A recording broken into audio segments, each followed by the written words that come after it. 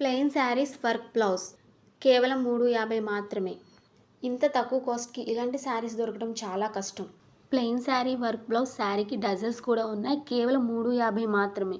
Plain sari blouse work కొంగుకి డజల్ కూడా వచ్చినాయి. ఈ శారీస్ కూడా కేవలం 350 మాత్రమే.